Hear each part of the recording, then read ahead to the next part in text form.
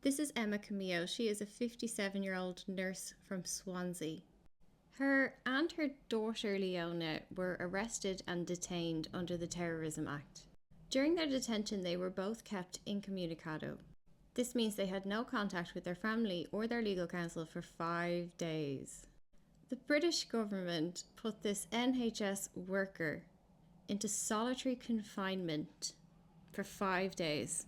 She described her experience as psychological torture.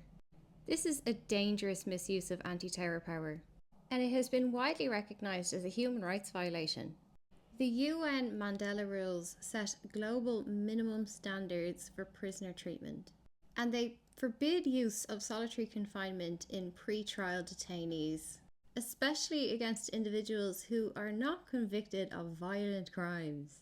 The UN Special Report on Torture found that solitary confinement can cause irreversible psychological damage. The UN calls this inhuman treatment. Studies from the American Academy of Psychiatry and the British Journal of Psychiatry have proven that solitary confinement causes shrinkage in the brain's hippocampal regions. This is the part of the brain that regulates memory and emotion.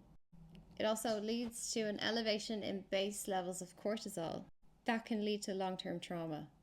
I don't know if she is or not. My video is not a comment on any open legal proceedings.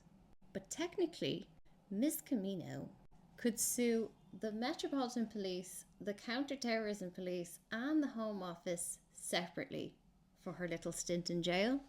And if a court was to find that this detention was a punitive measure, i.e. to intimidate or punish a protester, that becomes false imprisonment under English common law. Very good legal precedent here. Courts have awarded substantial damages for this in the past. This woman's human rights have been breached. Article 3, prohibition on inhuman and degrading treatment. Solitary confinement on a peaceful protester breaches this. Article 5, right to liberty and protection against arbitrary detention. If she wants to, she can sue directly in UK courts under the Human Rights Act. She can also sue the British state under the misfeasance of public office tort. To qualify for this, all she needs to do is prove the arresting officer was a public official and that they acted unlawfully. That's not the same as illegally, you understand.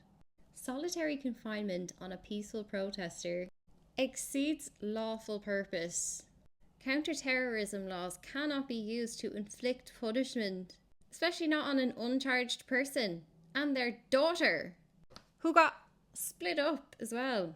Should that go to trial, evidence of bad faith will be subpoenaed from the Met, your internal emails.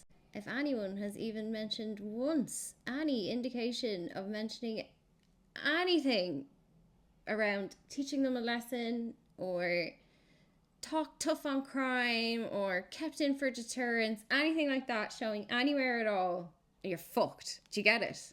This will include emails between counter-terrorism police and the Home Office. If any officer anywhere so much as verbally admits or suggests that the aim of that solitary confinement was to stop future protesters, that is textbook misfeasance. And the precedent is there. Three Rivers District Council versus the Bank of England 2001. 7-figure award.